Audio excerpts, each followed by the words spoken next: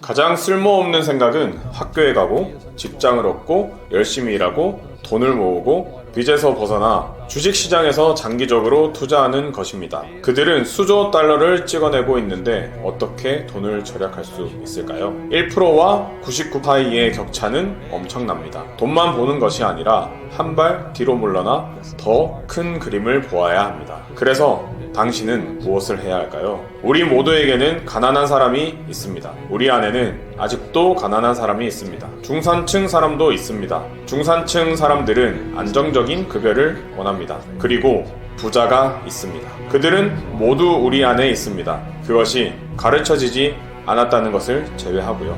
당신은 학교에 다니고 직장을 구하고 월급을 받는 것을 배웁니다. 당신은 부자가 되는 법을 배우지 않습니다. 당신이 부자 아빠, 가난한 아빠를 잃는다면 우리 부자 아빠는 나에게 돈을 주지 않는 것을 알 수 있습니다. 그는 월급이 당신의 인생에서 가져갈 수 있는 가장 피해를 주는 것들 중 하나라고 말했습니다. 그는 월급을 받는 순간 당신은 직원이고 그것이 사고방식이라 말합니다. 그래서 부자 아빠는 돈을 주지 않습니다. 그것은 제 가난한 아버지를 미치게 했습니다.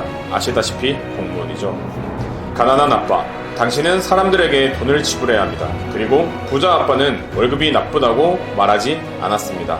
그는 돈의 노예가 되고 싶지 않았다고 말합니다. 기업가로서 부자 아버지가 파산했는지 알 수 있습니다. 부자 아빠, 저는 그냥 다른 회사를 시도할 뿐입니다. 월급은 필요 없습니다. 저는 저를 돌봐줄 사람이 필요 없습니다. 만약 우리 정부가 저를 좋아하지 않는다면 저는 다른 나라로 이동합니다.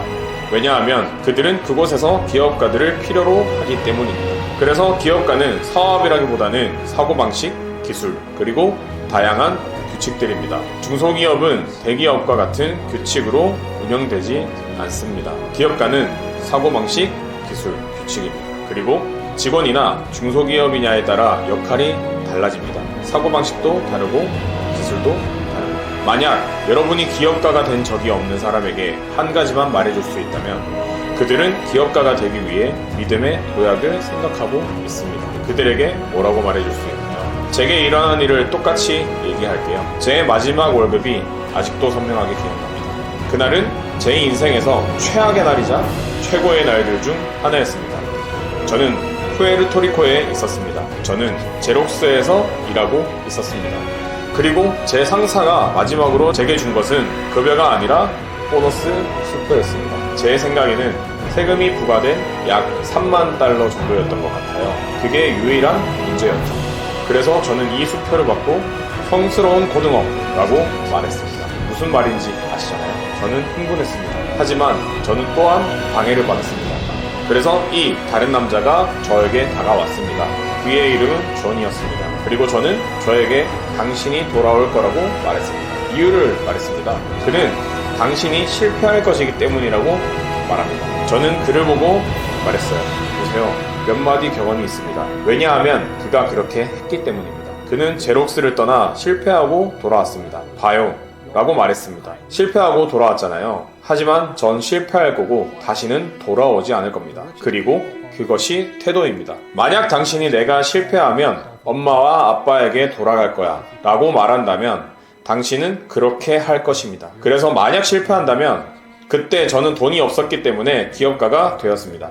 몇 년 동안 돈이 없었습니다. 월급이 없었습니다. 하지만 그것이 부자 아빠가 저에게 하라고 권하는 것입니다. 그는 당신이 이 월급을 받지 못할 때 당신은 더 배고프고 더 똑똑해지고 그것은 당신의 성격을 시험하는 것이라고 말합니다. 또는 여러분은 사기꾼이 될 것입니다. 여러분은 부정직해지고 사기를 치고 훔치게 될 겁니다. 그렇지 않으면 당신은 더 나은 인간이 될 것입니다.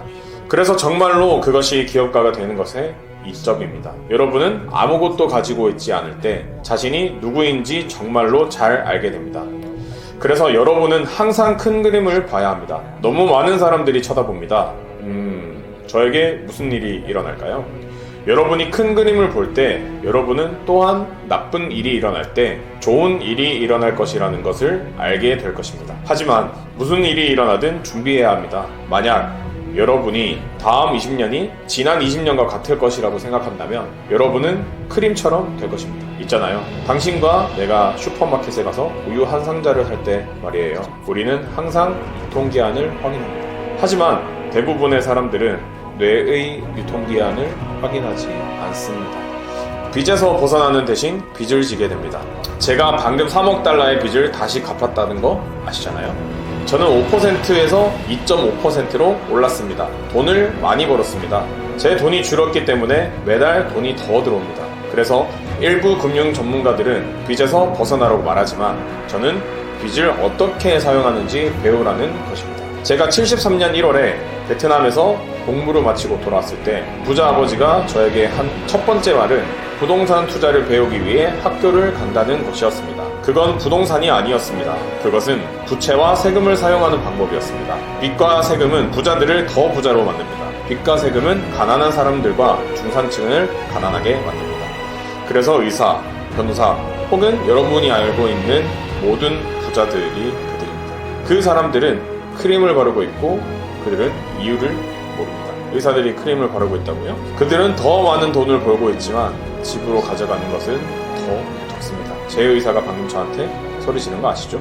그는 행복해요. 지금까지, 오래전부터 지금까지 가장 유명한 부자 아빠의 정석이라고 불리는 로버트 기요사키의 명언이었습니다. 여러분들은 이 영상을 보고 어떤 생각이 드시나요? 감사합니다. 동기부여 치트키였습니다.